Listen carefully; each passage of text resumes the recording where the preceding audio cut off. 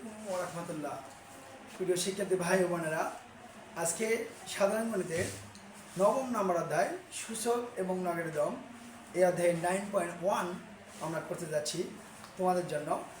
তবে প্রথমে আমি শুরু করব 9.1 এর বেসিক যে কারিকুলাম বা টেস্ট, যে সূত্রগুলো আমাদের 9.1 এর গ্রহণযোগ্য, সেই সূত্র সম্পর্কে তোমাদের কিছু তথ্য তুলে ধরবো।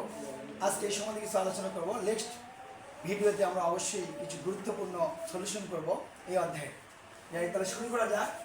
আমরা শুরু করতেছি 9 নম্বর অধ্যায়, অধ্যায় নাম্বার 9.1 এর সূত্র বলি।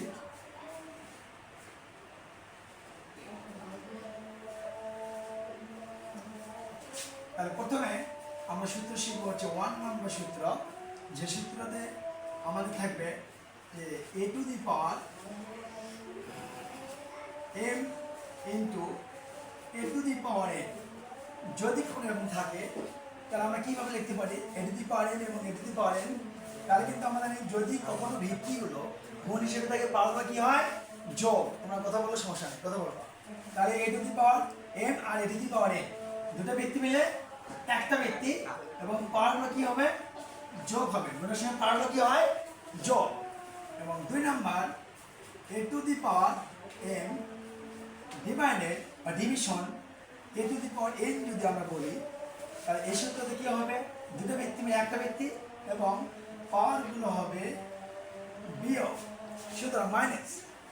3 নম্বর সূত্র হচ্ছে যদি আমরা কখনো a to the power m whole to the power n এ আকারে কোনো অঙ্ক আমরা করতে যাই বা সূত্র ইউজ করি, তাহলে আমরা বুঝবো যেহেতু পাওয়ার হতে পাওয়ার থেকে পাওয়ার গুণ হয়, তাই আমরা বলবো a to the power m into n।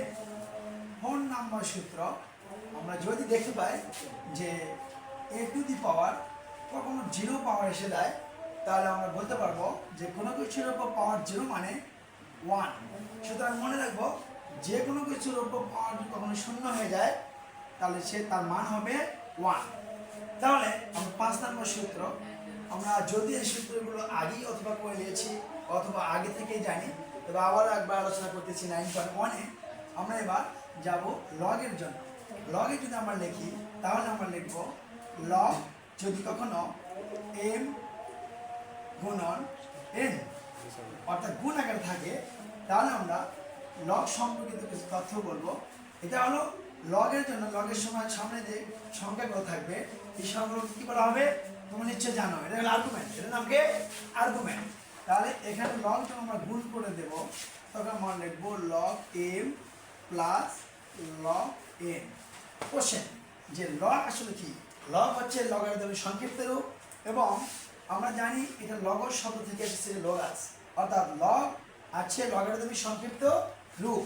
অনেক বিশাল বড় বড় হিসাবকে আমরা খুব সহজেই ছোট করে যখন প্রকাশ করি, বিশাল বড় বড় হিসাবগুলোকে যখন আমরা সঠিকভাবে প্রকাশ করি এবং ছোট আকারে খুব সহজেই হিসাব করতে চাই, তখন আমাদের লগের ব্যবহারটা চলে আসে। সুতরাং লগ খুব গুরুত্বপূর্ণ এই অধ্যায়ের জন্য।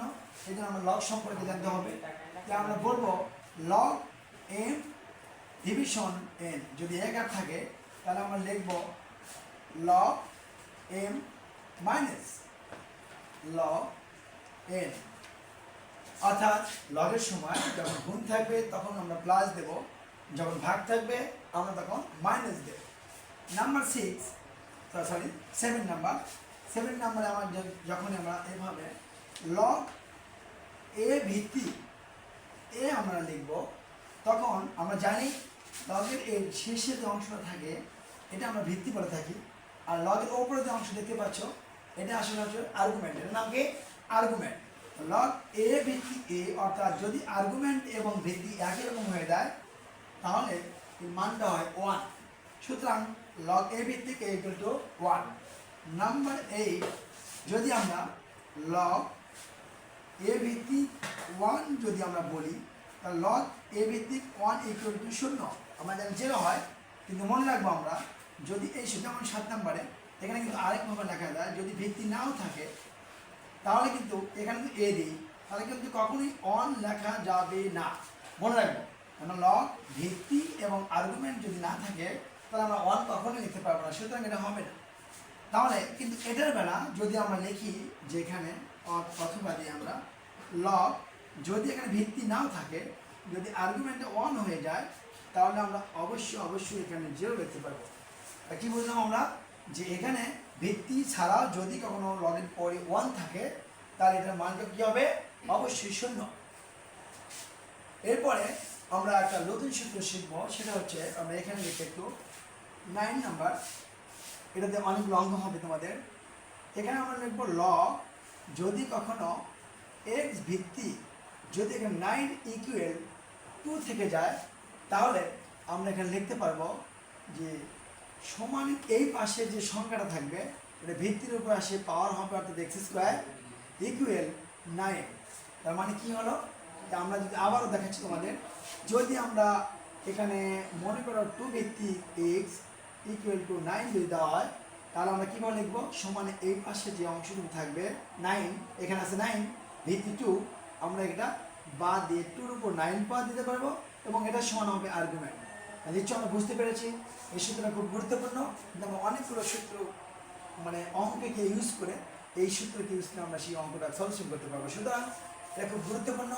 তাহলে আমরা এই অধ্যায়ে যে সূত্রগুলো, সেই সূত্রগুলো শিখলাম 1 থেকে শুরু করে 9 নম্বর পর্যন্ত। সুতরাং এই সূত্রগুলো আমাদের এখানে খুব কাজ দেবে।